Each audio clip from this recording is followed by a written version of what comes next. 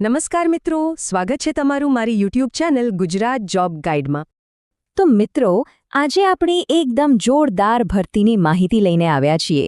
GMERS general hospital Junagadh તરફથી એક શાનદાર તકની જાહેરાત થઈ છે।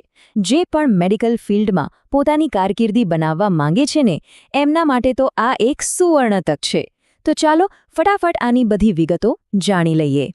તો આ ભરતી છે મેડિકલ ઓફિસરના પદ માટે, પણ આ કોઈ સાધારણ પદ નથી હો। આ ખાસ કરીને એડિક્શન ટ્રીટમેન્ટ ફેસિલિટી એટલે કે ATF વિભાગ માટે છે, જે ખરેખર એક બહુ જ જવાબદારીવાળું અને મહત્વનું કામ છે। હવે આવીએ એ વાત પર જેની બધા રાહ જોતા હોય છે, પગાર।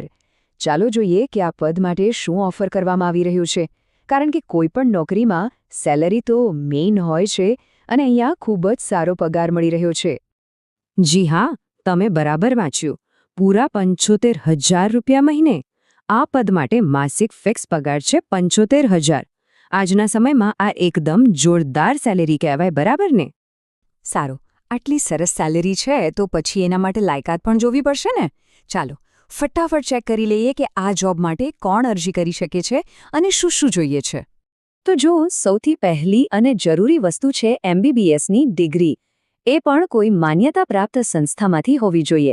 એની સાથે ગુજરાત મેડિકલ કાઉન્સિલમાં તમારું રજિસ્ટ્રેશન હોવું ફરજિયાત છે।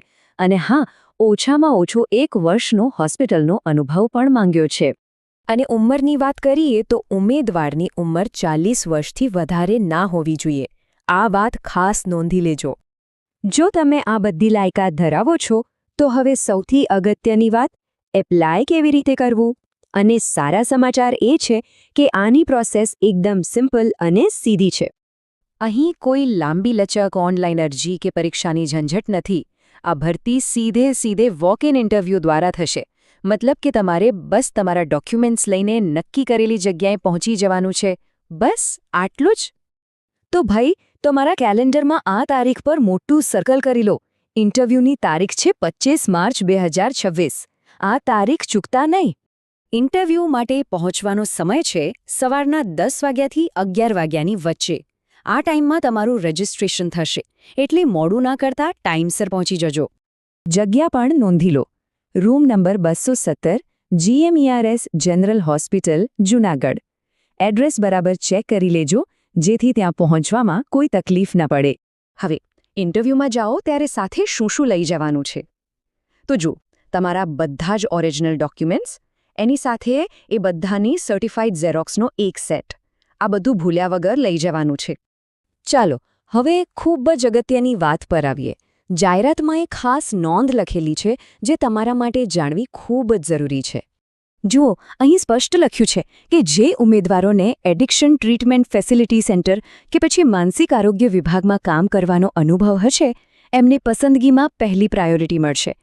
એટલે કે જો તમારી પાસે આવો અનુભવ છે તો તમારા સિલેક્ટ થવાના ચાન્સ વધી જાય છે। આ એક મોટો પ્લસ પોઈન્ટ છે। તમારી સ્ક્રીન પર અત્યારે ઓફિશિયલ જાહેરાત દેખાઈ રહી છે। તમારે વધારે ખાતરી કરવી હોય કે કોઈ માહિતી ડિટેલમાં વાંચવી હોય તો વિડીયોને પોઝ કરીને આરામથી વાંચી શકો છો। તો બધી જ માહિતી હવે તમારી પાસે છે। એકદમ સારો પગાર, એક મહત્વની પોસ્ટ અને સીધી ભરતી પ્રક્રિયા। હવે સવાલ ખાલી એટલો જ છે કે શું તમે આ પડકારજનક અને સન્માન્ય તકને ઝડપી લેવા માટે તૈયાર છો? મિત્રો, દરરોજની સરકારી અપડેટ્સ સૌથી પહેલાં મેળવવા અમારું ટેલિગ્રામ ગ્રુપ જોઈન કરો। લિંક ડિસ્ક્રિપ્શનમાં છે, હમણાં જ જોઈન કરી લો। તો મિત્રો, આ હતી સંપૂર્ણ માહિતી। જો તમને આ માહિતી ઉપયોગી લાગી હોય તો વિડીયોને લાઇક કરો, તમારા મિત્રો સાથે શેર કરો અને હા, ચેનલને સબસ્ક્રાઇબ કરવાનું ભૂલશો નહીં। મળીએ ફરી એક નવી સરકારી ભરતી સાથે। જય હિન્દ, જય ગુજરાત।